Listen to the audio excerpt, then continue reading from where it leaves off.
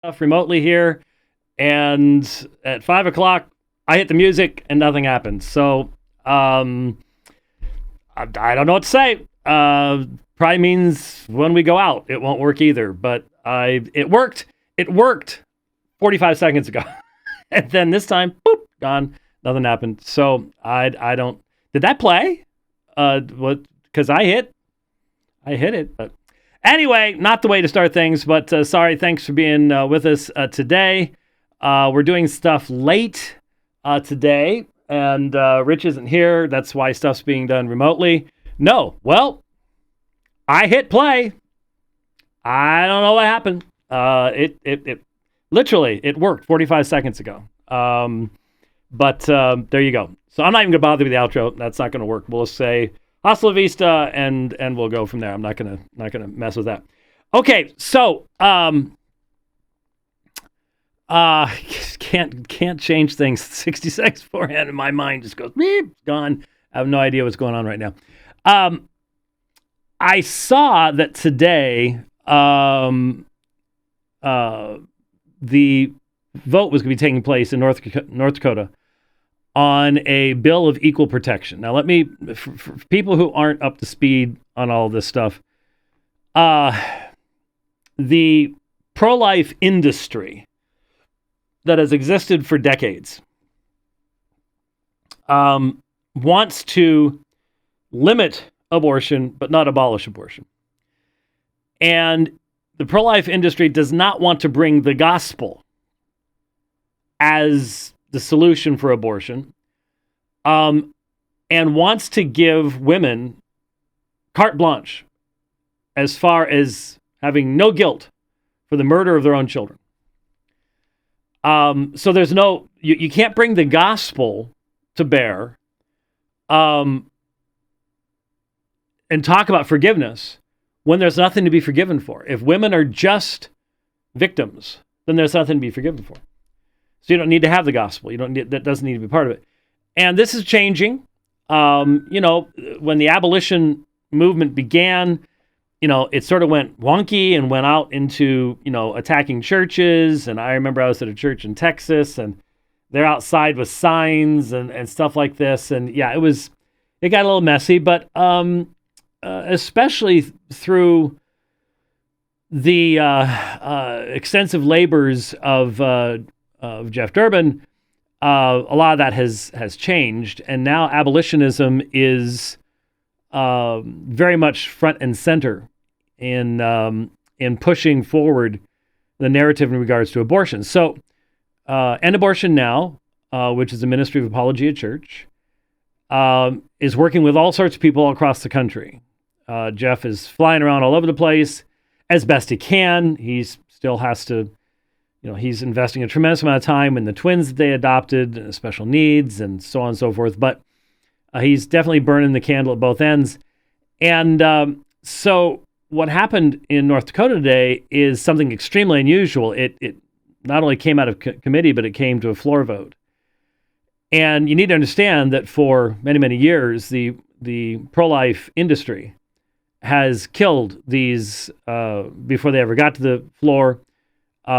We had the votes for a equal protection bill in Louisiana. It was killed by the pro-life groups.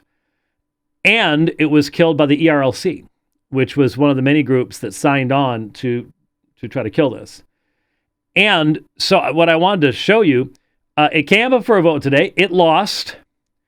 But as Jeff has posted a video, he's very excited because we're making progress. And if you understand, a lot of the bad stuff that has happened in our country started off with legislators introducing bad stuff, and it just got blown out of the water. And then they reintroduced it the next year, and by the fifth year, it passes. That's just sadly how things work and how things are done. And that's what's going on right now. So what's interesting is I have the audio here. I actually have the video, but it's a teeny tiny little video, so I'm not going to blow it up. I have the video of one of the pro-life folks in the Senate or House, I think it's the Senate, I'm not sure which, in North Dakota. And she is repeating the same material from the letter that the ERLC signed to kill the bill in Louisiana. So here's someone speaking against the equal protection bill in North Dakota. I hope I can hear this. I don't know if I will. I'd like you to keep in mind that the top 4 pro-life advocacy organizations in North Dakota did not support House Bill 1373, and yet they already invest significant amounts of time and resources into battling the abomination of abortion. In 2022, pro-life leaders around the country signed an open letter to state lawmakers, and it says, "We state unequivocally that we do not support any measure seeking to criminalize or punish women, and we stand firmly opposed to include such penalties in legislation." Okay, so that is the letter that Mike Johnson, the current Speaker of the House, used, along with others, to kill the Louisiana bill in 2022. Now it's being used again in 2025 in North Dakota. The damage just keeps rolling on. And so, first of all, tremendous thanks to everyone who keeps working and fighting for equal protection. This is the only way to deal with this. It gives opportunity for more and more people, for Jeff to get out there and to be able to speak and to, Jeff would take on any pro-life person. Any of the people representing those groups in North Dakota, he'd take on Mike Johnson, he'd take on any of them in moderated public debate. They won't do it. They will not do it. He'd love to, but they won't do it because they know they can't. They know that they would just get run over, because the only way to promote the perspective they're presenting is to disconnect this issue from the gospel itself and say that women are just merely victims. And, we've watched so many of these videos of these women, talking about their 24 abortions and how they just love it and it's just great and all the rest of this stuff. And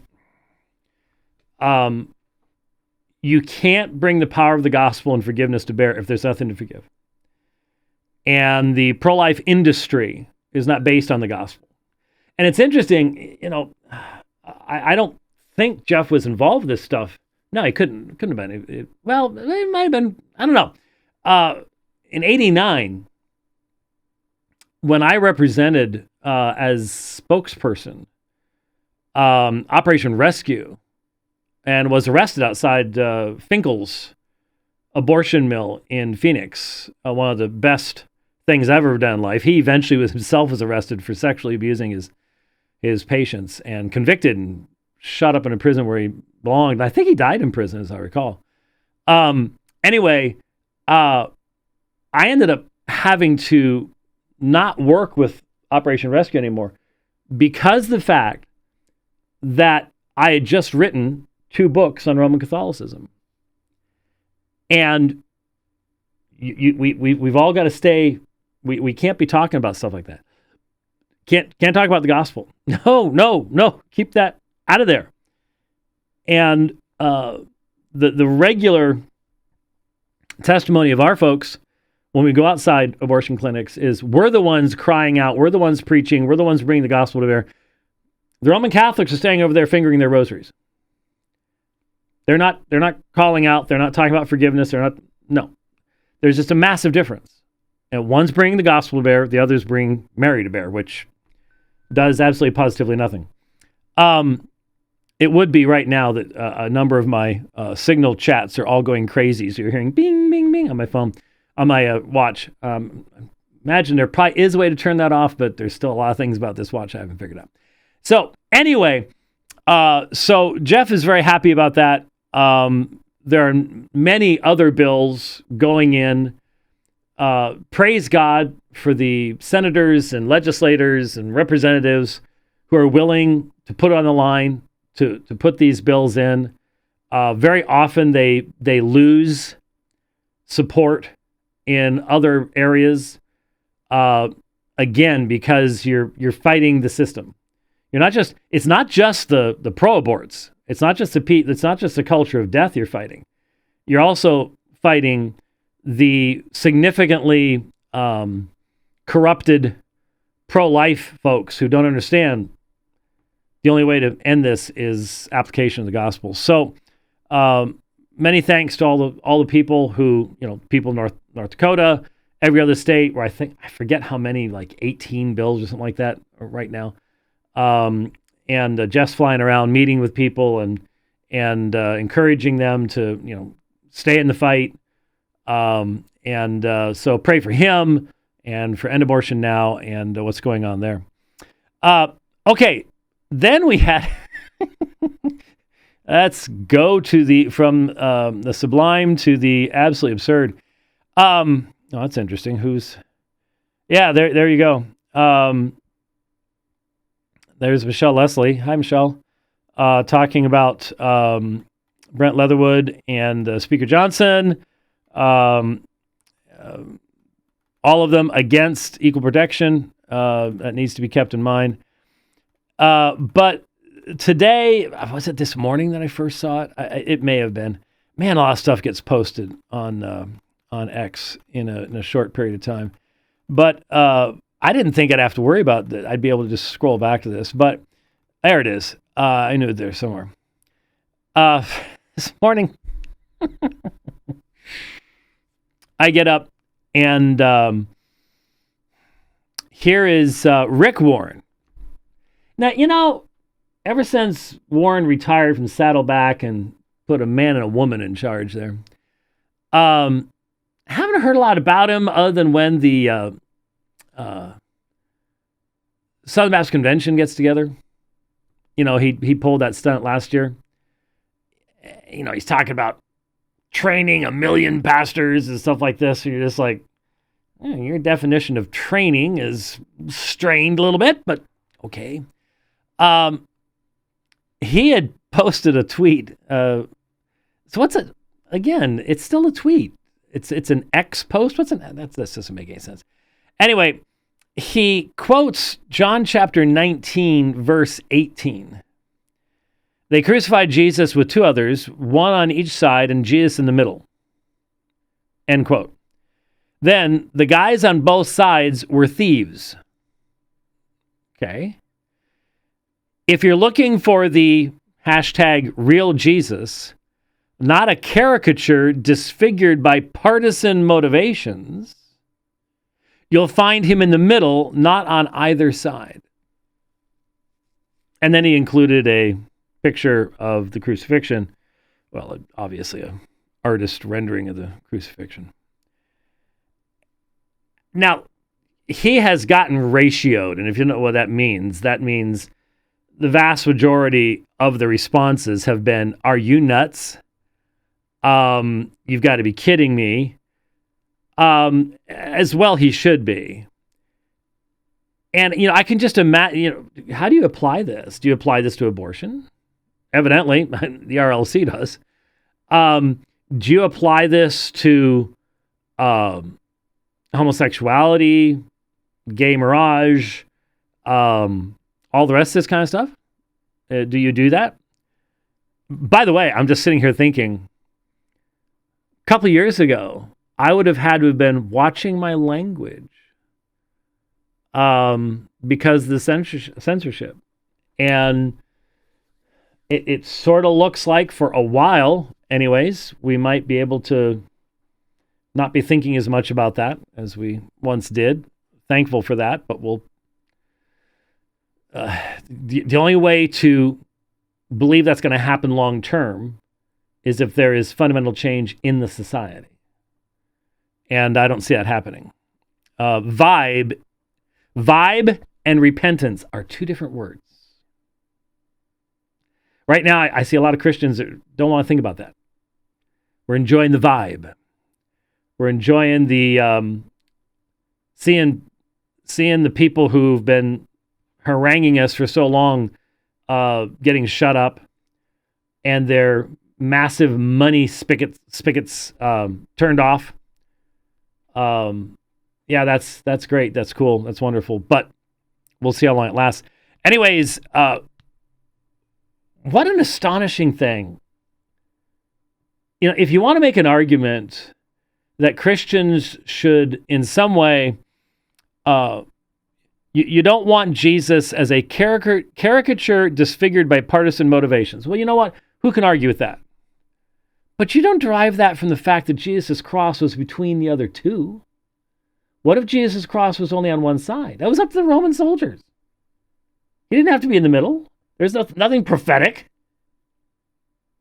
The writers don't make any kind of, big thing about Jesus being in the middle rather than the right side or left side or anything else. Well, where does it even come from? And if you want to talk about caricatures, every week we are regaled with the rainbow-stoled priestesses of the United Methodist Church and PCUSA and ELCA and Episcopalian Church and the United Church of Christ and there are ultra-leftist liberal Baptist groups too. There are. And we listen to them blathering on and just distorting scripture right, left, and center. And there's your caricature disfigured by partisan motivations. And hey, I ain't no big fan either of the big Southern Baptist Church that has worship service with American flags hanging from the rafters and patriotic music, and just 99% politics and 1% Jesus. That ain't the way things are supposed to be either. No question about it. So yeah, you can have a caricature disfigured by partisan motivations, but John 19:18 has nothing to do with it. And I remember when the Purpose-Driven Life came out, a lot of us were going, this is the very definition of fluff. I mean, it's just, there's no substance to it. Why is this selling like hotcakes? Because people like fluff. Because you can do what you can make fluff say whatever you want fluff to say. Basically, is what that's all about. So, you'll find him in the middle, not on that. That's the kind of just so surface level sermon illustration-ish eisegesis. Says a lot. It really does. Anyway, there's that. Now, I am going to, I shouldn't have done this. I'm a terrible person, but the reason we're doing the program so late is I've got to go pick up my wife at the airport, and she gets in around 7:20, 7:30, but she's in the back of the plane and she may check bags. And so, 8-ish is probably when 7:45 to 8. And I just didn't want to drive all the way home, then drive all the way back out there because the office is on the way to the airport. So why double back and do all the rest of that kind of fun stuff? So we're doing it later today. Hence the lack of music. But anyway, so I had put her flight number into, I still have one program on my phone that will track a flight. I deleted all the rest of them because I don't fly anymore. So why should I be updating it all the time, wasting bandwidth? And man, I used to use those programs all the time. And it's like, now I'm using programs that we just had a new solar controller installed on the RV and a new inverter installed in the RV. They've got Bluetooth programs I'm going to need to be working with starting Sunday, Monday, to make sure I'm able to monitor that kind of stuff. So it's not that the programs have disappeared. They're just very different kinds of programs now, which is, I don't want to have to be having programs about the airplane. But I happened to look at the flight, and it's a Boeing 737 MAX. And I'm like, I seem to remember something about Boeing 737 MAXes. So I sent a little note to our family chat, and I said, let's all pray for Nani. She says, I need all the prayers I can get. So she's going to be flying home here, Lord willing, and I'll be picking her up. She was spent a week in California with her dad and her sister. Her dad's 84th birthday, and the guy's still working at a hardware store. That's hard work at 84. Well, he was a lot like my dad. You know, my dad worked until he couldn't work anymore, and then he kept trying to work from a easy chair. So, yeah, that's just how people were. That's that generation, you know. My worth is related to my work, and I've got a lot of that in me too. So, people say, when are you going to retire? And I'm like, well, when I die, basically. It's sort of how it works. So, yeah. All right.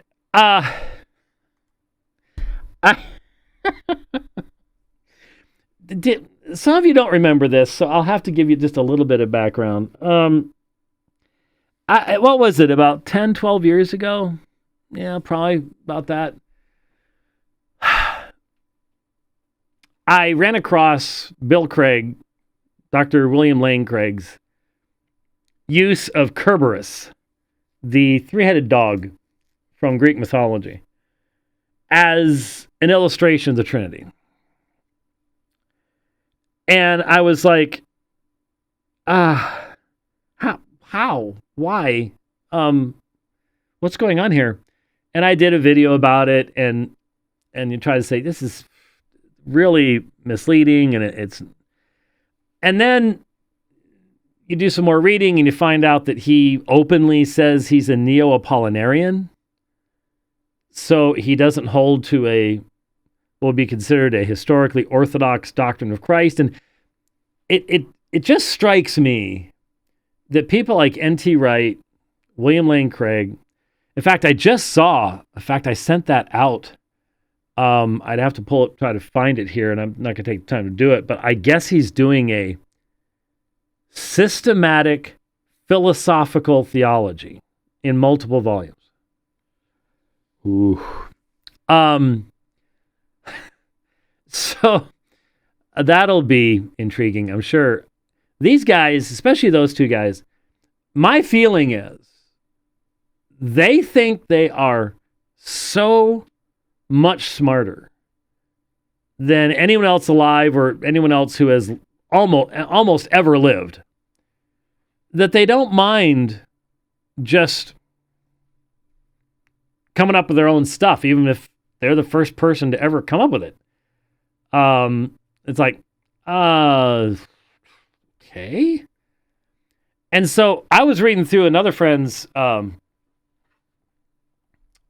feed on Facebook, which I rarely do, but that's where this friend and I have a relationship, and he's a great guy, so I was just seeing what he was posting. And let me see if I can zoom in on this and make it a little bit bigger. I just got to give up and start. I need a prescription for that far away. Here's a guy wrote in a question. This was years ago. This is 2021. I hadn't seen it. I hadn't seen anybody quoting it.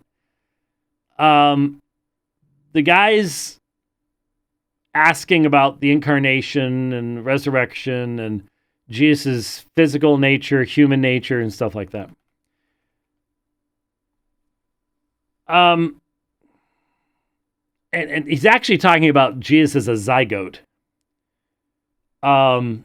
which isn't the central thing here. But let me read most of Craig's response.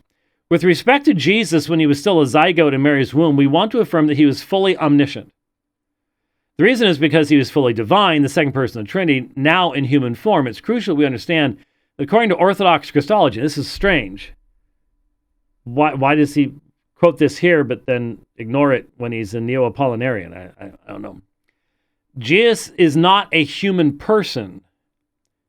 There is only one person who is Jesus, and that person is the Logos, the pre-existent eternal second person of the Trinity. That's actually has a part of his Apollinarianism in it. To think that in addition to the divine person, there is another human person, Jesus, is to fall into the error of Nestorianism, and so to divide the single person of Christ into two persons, one human and one divine. He's not, it doesn't get into this right here. This is not even the actual problem right here. But he's not in line with Chalcedon. And I think he's misrepresenting Nestorianism as well. But the issue is one person with two natures. And Craig is an Apollinarian, Neo-Apollinarian. So he's not in line with Chalcedon and what comes afterwards either. Anyway, so the church rejected Nestorianism, affirming that in Christ's incarnate state, even as zygote, there is one person, a divine person, who has two natures, one human and one divine. But he doesn't believe he has a divine. He does not have a human will. So he's not a full human person.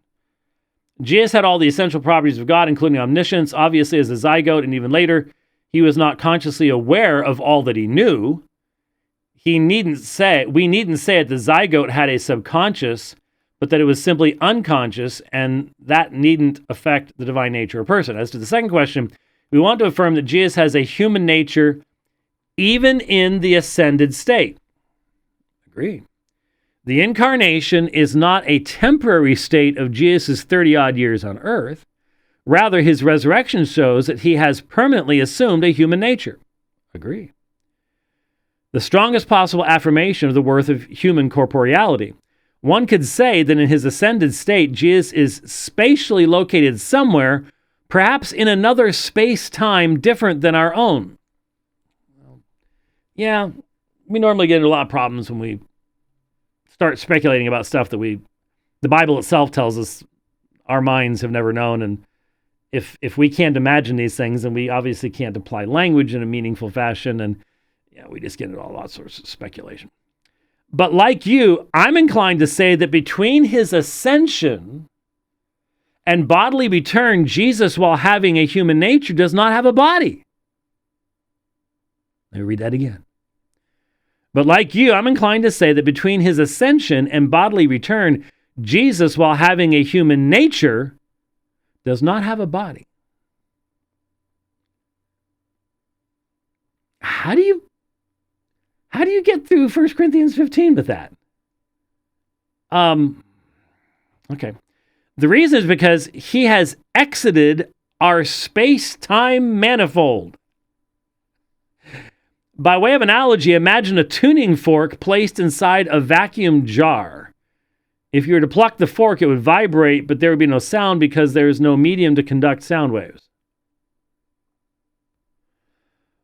Were you to introduce air into the jar, then the vibrations will be manifested as sound. The vibrating fork remains intrinsically the same in both scenarios, but its manifestations are different depending on the medium. Similarly, Jesus' human nature is not now manifested as a physical body because, since he's not in space-time, there is no medium for the expression of his human nature in a three-dimensional form. What's going to happen to us?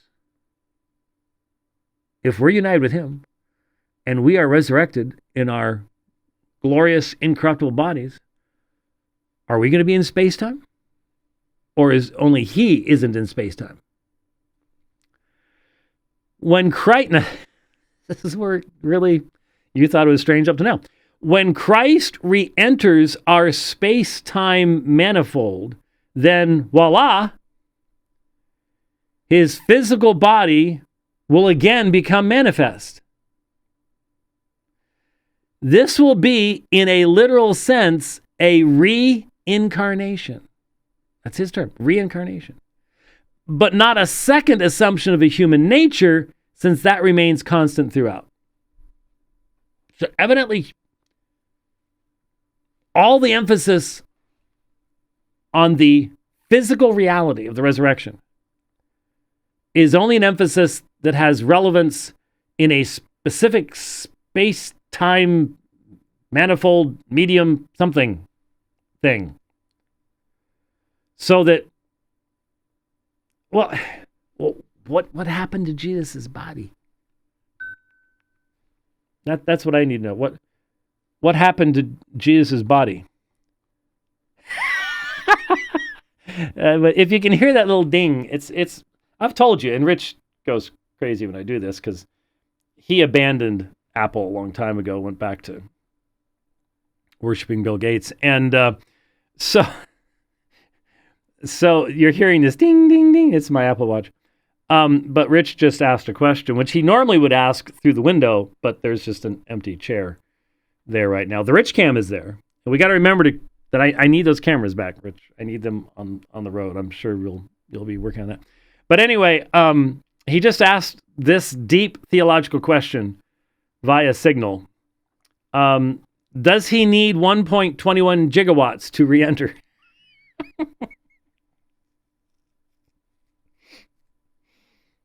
You knew I'd read that if you sent it to me. You knew that I lack the self-control to not read that. Yeah. So, yeah. So when Christ re-enters our space-time manifold, then voila, his physical body will again become manifest. This will be, in a literal sense, a re-incarnation, but not a second assumption of human nature, since that remains constant throughout. So the human nature is disconnected from the physical body, I guess, depending on what manifold you're in. Yeah. Okay, hey, there you go. I don't even, again, I'm not 1,000% sure what to say about a lot of this stuff, but there it is. Next, real quick here. Wow, it's already 5:30. How'd that happen? Eric Conn up in Ogden a few hours ago posted something interesting. He said, under the post-war consensus, PWC, nationalism, love for particular people and place, blood and soil in other words, is strictly forbidden. Verboten. Got to be careful which language we use there. Yet since love for people and place, blood and soil, is a natural instinct, it must find an outlet.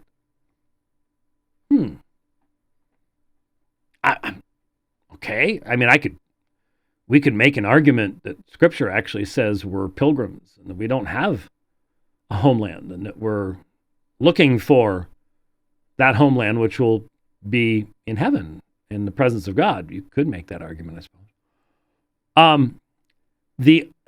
So it says, yet since love for people and place is a natural instinct, it must find an outlet. Then this is the next sentence.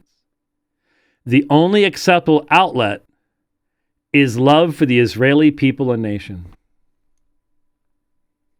There you go. So, and I'm just sitting here going, okay. Obviously, PWC is a wonderfully malleable term that you get to use for whatever you want. You know, I've been told that I'm sola PWC. It's still one of the dumbest things that's ever been said to me. But, and even if you use the Roman Catholic Reno's definition from the Return of the Strong Gods, y'all know he's Roman Catholic, right? Okay, just, wrote a book against soul script. Just want to make sure that you understand sources here. Sources are important. But even then, let's say that the post-war consensus is open borders, anti-nationalism, globalism. I was never raised with that. That was certainly not what my people believed. That's certainly not anything I've ever promoted. So it's rather vague along those lines. But here you have an application where you're literally trying to come up with a speculative explanation that what the PWC and whoever's in charge, I wonder who came up with the PWC. Oh, those guys. Those guys are behind everything. Those guys want the only acceptable outlet for love for people and place to be for Israel and the Jews. That's wow. I didn't see that. Did you see that? I never saw that before. No. That's amazing insight. I'll just let that stand there for anybody who wants to do anything else with it. Okay. All right. Finally, to the deep stuff now. I don't know what triggered it. I made some comment. I make lots of comments about Roman Catholicism. In this context, what it was. Okay. What it was Pope Francis's letter. I'm not sure if you heard about this. But yesterday, Pope Francis sent a letter to American bishops basically indicating that from the view of the Holy See, what is happening here with the arrest of illegals. And I live in Arizona. We've had illegals from the day I moved here in 1974. That the arresting of illegals is sinful. It's not in accordance with Christian morality. And so evidently, from the Pope's perspective, the laws we have about how people are supposed to come here. And by the way, there are laws as to who gets to go in the Vatican. There's a big old wall around the Vatican. It would be interesting if Governor Abbott from Texas would charter a whole bunch of really long-distance Chinook helicopters to fly over to Rome and to just start dropping the illegals that have come across the border into Rome. It'd be really interesting to see how the Vatican would handle that. Would they shoot the helicopters down? How many could they take is the real question, would they try? I don't know. It's possible. But anyway, so the Pope is basically telling the United States, you cannot have laws that restrict people from just invading your country. Now, we all know that historically, the leadership of the Roman Catholic Church has not said this in the past. Popes have led armies in defense of borders in the past. Now, Francis probably would say that they were sinful to do so, but there you go. And so I made a comment about faith and morals. The Bishop of Rome is supposed to be infallible when defining the faith and morals, right?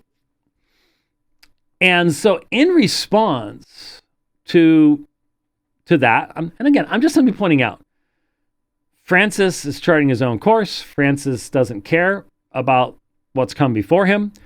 Francis is making sure that what comes after him reflects him and not the people who came before him. So there has been a fundamental disruption of any meaningful definition of infallibility, consistency, apostolic tradition, whatever else it might be, whatever vague terms. This is development hypothesis put on steroids, in essence. And so I just made a brief comment, and evidently a bunch of people picked up on it. And somebody posted a 24-year-old, almost 24-year-old, article that I had never seen before from Catholic Answers called "White is Wrong" by Stephen O'Reilly.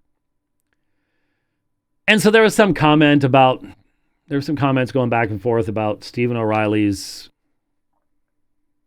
insights, credentials, whatever else it might be. I don't know him, so if I did back then, I've forgotten him. I don't know if he's still around or what. Anyway, I looked through the article again, and it was discussing the condemnation of the Bishop of Rome, Honorius, by the Third Council of Constantinople, 681-ish. went over through January. So 681. And it's talking about how Bill Webster has talked about this. And of course, if you've read almost any of the history of Vatican I, the development of papal infallibility, the debates that took place, the formation of the old Catholic Church, where people are like, no, we can't go there. It's just too plainly obvious that this isn't what was intended historically. And, Newman's just taking us too far. The development hypothesis that Newman comes up with it just doesn't work. And so these things were debated at Vatican I. And of course, people go, well, it was debated and they lost.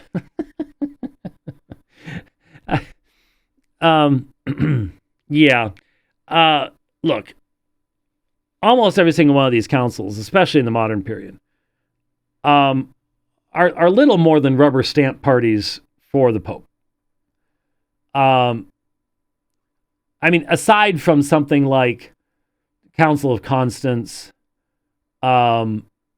which had to recover the papacy because it had split into 3 sections and each one was busily anathematizing the other, and eventually they had to fix all that kind of stuff.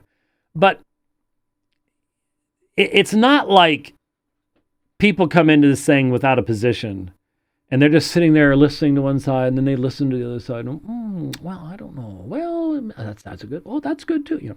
This kind of thing. Now, these are political events, and the Pope was going to get what the Pope wanted at Vatican I as far as his own infallible authority. And so the debates were a formality. And, like I said, people like to say, well, yeah, but they lost. In whose eyes? Well, the majority. Well, the majority wants to keep their job. The majority wants to advance. The majority wants to maybe have a shot at becoming Pope in the future. So, but anyway, so the story of Honorius is nothing new. If you go back, and it came up in both the debates I did, and what was that, like 2000, I think? I think it was around the year 2000. I debated Tim Staples of Catholic Answers, and then I debated Bob Sungenis, not of Catholic Answers, on the subject of papal infallibility. And you can go listen to them. The conclusion of both is the same thing. This dogma has no meaning, because you can never know when it is to be invoked. You can never know. Now, it's interesting, in 2000, July and November of 2000, John Paul II was still on the throne. He had been on the throne for quite some time. There was stability and consistency. And so you could, Roman Catholic apologetics could function within that stability. This is long before Francis. And so my fundamental argument at the end of both debates was, you have no way of knowing. You cannot know while you were alive whether what the Pope who is alive in your day is saying is true or false. You can only know decades after he's dead and decades after you're dead. So what's the use of it? In essence, the Pope is infallible except when he's not. That's it. It's the most worthless. Push a Roman Catholic apologist on this, and that's what they're going to end up saying. They don't want to say it, but that's what they end up saying. So Honorius is an awesome example. So the parallel here is that Francis has written a letter as the Bishop of Rome addressing a matter of morals. Remember, Francis talked about the capital punishment issue before he changed the Universal Catholic Catechism, and then came out and said it's always been sinful to engage in capital punishment. He closed the door, and in doing so said, I'm right, all the popes before me were wrong. That's all there is to it. All the popes before me are wrong. Okay, that's interesting. So now we have a letter written by Francis to the bishops in America on a matter of morals, saying that it's immoral to have borders. It's immoral to arrest people who illegally enter your country. Many years ago, Pope Honorius receives a letter from Sergius, the Patriarch of Constantinople. Now, you need to understand that by the 7th century, the western half of the Roman Empire has fallen. It's disintegrated. And as a result, Rome has gained a tremendous amount of political power. Now, Rome is heading for what's called the pornocracy. It hasn't happened yet. It's going to happen in the late 10th century, middle 10th century, that time period there. So it hasn't gotten that bad yet on that level, but it's coming. But Constantinople is the hub. When you think about the first 7 ecumenical councils, they're all around Constantinople. Well, you got Ephesus, that's not too far away. But Nicaea is basically almost a suburb. And you have Constantinople 1, 2, and 3. So, and Nicaea 1 and 2. So they're all in the east. And they're all very much influenced by whatever the political situation is in Constantinople, which is the head of the Byzantine Empire. And so Sergius, as the Patriarch of Constantinople, pretty important person. Very important person. And so, where'd that go? I love how things just, they're on your screen and then they go poof and they disappear. Where'd you go? There you are. Thank you. So what happens, I just want to check something here. Yeah, I know about that. Go back to here. Sorry about that. No. I started seeing lights changing. See, what happens is Rich gets bored, and so he wants to he wants to play around with cameras, things like that. Okay, so I was verifying some factual information here that I had. So Sergius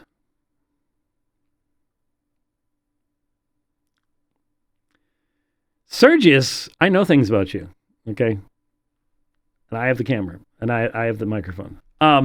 Sergius is promoting, see, the Council of Chalcedon met in 451. So that was a long time back, but Chalcedon had failed to unify the church. You still had a great deal of division over the nature of Christ and the relationship of the divine and human in Christ. And the current controversy that Sergius was addressing is, did Christ have one or two wills? Did he have a human will and a divine will, or only a divine will? So duothelitism, 2 wills. Monothelitism, 1 will. Okay? 99.9% of Christians have lived their lives without ever giving it a second thought. But it was the debate du jour. And Sergius was a monothelite.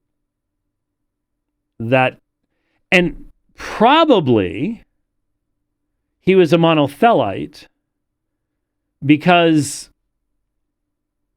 this would, in his area in Byzantine Empire, and this is right around the time of the rise of Islam, not quite to where they're bursting out and taking over everything. I'm hearing someone in the other room, which I didn't know anybody was going to be in here. So this is a strange feeling to have that going on. But anyway, talk about El Distractiono. This is El Distractiono right now. So Sergius is probably trying to find a way to bring everybody together, keep the Byzantine Empire unified. Because, the biblical evidence for the argumentation is pretty much limited. So Sergius writes to Honorius, Bishop of Rome, and when Honorius writes back to the Patriarch of Constantinople, the letter he writes back is supportive of Sergius's monothelitism. Now, what happens today is people play around and try to come up with excuses, and Honorius just was deficient in his teaching, or you got to find a way around it. But listen to what ends up happening. He writes to Sergius. Nothing happens in his lifetime. He dies a happy old man until the Council of Constantinople in 680, 681, Constantinople III, meets. And they meet to condemn monothelitism as a heresy. And they do so, but Honorius' letter is still around, and it's read in the council. And so they condemn Honorius, the Bishop of Rome, as a monothelite. Not only that, and this is what's important. This is what's normally missed by Catholic apologists. Not only that, but for the next 400 years, when you ascended the throne of Peter and you became the Bishop of Rome, you had to work through these formularies. You had to swear. If you think the inauguration oath is long, and it's not, this would take a whole lot longer. The things you had to agree to, everything else to take your office. For 400 years, every bishop of Rome, even during the pornocracy, which is, they could care less, but for 400 years, it was part of the formularies, part of the official documents. You had to condemn Honorius, Bishop of Rome, by name as a heretic. For 400 years. Every Bishop of Rome. Now, why do I emphasize that? Well, for the obvious reason that the standard argumentation today is, he actually wasn't a heretic. And when I debated Staples tried to say he wasn't a heretic. And Sungenis said, yeah, he was a heretic. There's been lots of popes who are heretics. So you get all sorts of different answers as to how that works too. But it's painfully obvious that historically, for almost half a millennium, now just because they stopped doing that doesn't mean that all of a sudden they decided Honorius wasn't a heretic. It's just that was a long time ago, and there's more important things to be talking about now. But for almost half a millennium,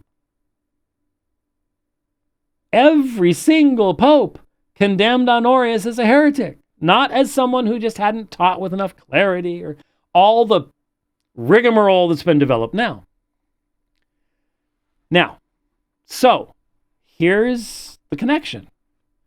You have a letter from Francis to the bishops of the United States of America, in which he speaks as the Bishop of Rome on an issue of faith and morals, and says that this nation does not have the right to have its own borders, or to arrest people who break its laws. How can any living Roman Catholic today know whether that is true teaching from the infallible Vicar of Christ? Because, you see, there was a number of decades between when Honorius wrote to Sergius and when Honorius was condemned by the Council of Constantinople III. I think, what was it, 50, 60, 70 years, somewhere in that. I could look it up right here real quick.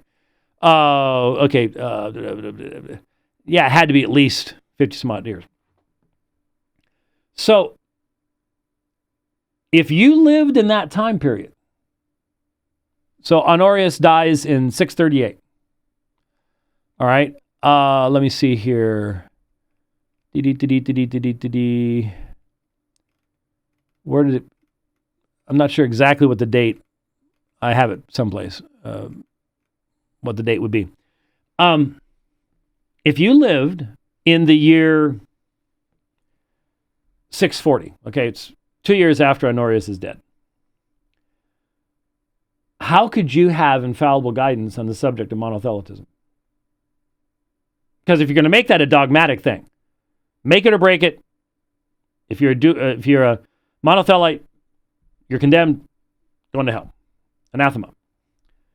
How could you know what the truth was? If you listened to the letter of Honorius to Sergius, you'd go, well, there you go. Monothelitism is the way that there's the Vicar of Christ, Bishop of Rome, saying this is what we should believe. And for the next few decades, that's the way it is. You have no way of knowing. And if you die during that time period, you will die in error. Right? Because you don't know. You can't tell. That's the problem. Same thing now. How do you know what Francis is saying is infallibly true? The simple fact of the matter is you can't know. While he's alive, while you're alive, it'll be 50, 60, 70, 80, 100 years down the road. He may be condemned as a heretic by a future ecumenical council. You don't know. Honorius was. And man, Honorius was probably a whole lot more innocent in all this. Francis is doing this on purpose. Francis knows what his predecessors have taught and believed. And he's changing it on purpose. There are a lot of Roman Catholics today who are saying he's an anti-pope. And they're hoping in the not too distant future for a council, or at least a pope with a backbone, to basically say, no, we're reversing everything that he said and did. But how are you supposed to know? What if you die a year before that happens? So the whole concept of papal infallibility is so often used by people to say, hey, we've got this infallible source. All you Protestants have is all this differing interpretation. And hey, look, you were picking on Rick Warren today. Hey, it's his interpretation versus your interpretation. Well, no, it actually isn't. Not on that one. But, well, what do you offer in its place? We offer papal infallibility. And we go, yeah, it doesn't work. That dog don't hunt. And here's why. And it's right in front of us. So Francis keeps providing these incredible examples that we can connect with history and go, what do you do here? There's a reason for sola scriptura. There's a reason why we believe these things. There really, really is. So anyway, there's the program for today. Right now, we're still looking at doing a program tomorrow. I'm not sure exactly on what. There are other things yet to talk about. There really are. But we're going to try to get one in tomorrow. And then next week, I leave Tuesday. Not a super big chance of doing a program Tuesday evening. from somewhere in New Mexico. I won't mention exactly where. But we will be on the road. So we're doing the dividing line on the road. What that means is you need to have the Alpha and Omega app. We'll let you know when it's going to be happening. And it can be at odd times. It might be at 6:15. It may be whenever I can get set up. Road conditions, weather conditions, all sorts of stuff can get in the way, as you know, but we do our best to keep doing the program and keep commenting on these things as they come up as best we possibly can, all for the honor of the inspired, infallible, and sufficient Word of God. That's always been the dividing line, and it truly is. So thanks for listening today. We will see you next time on the dividing line. God bless.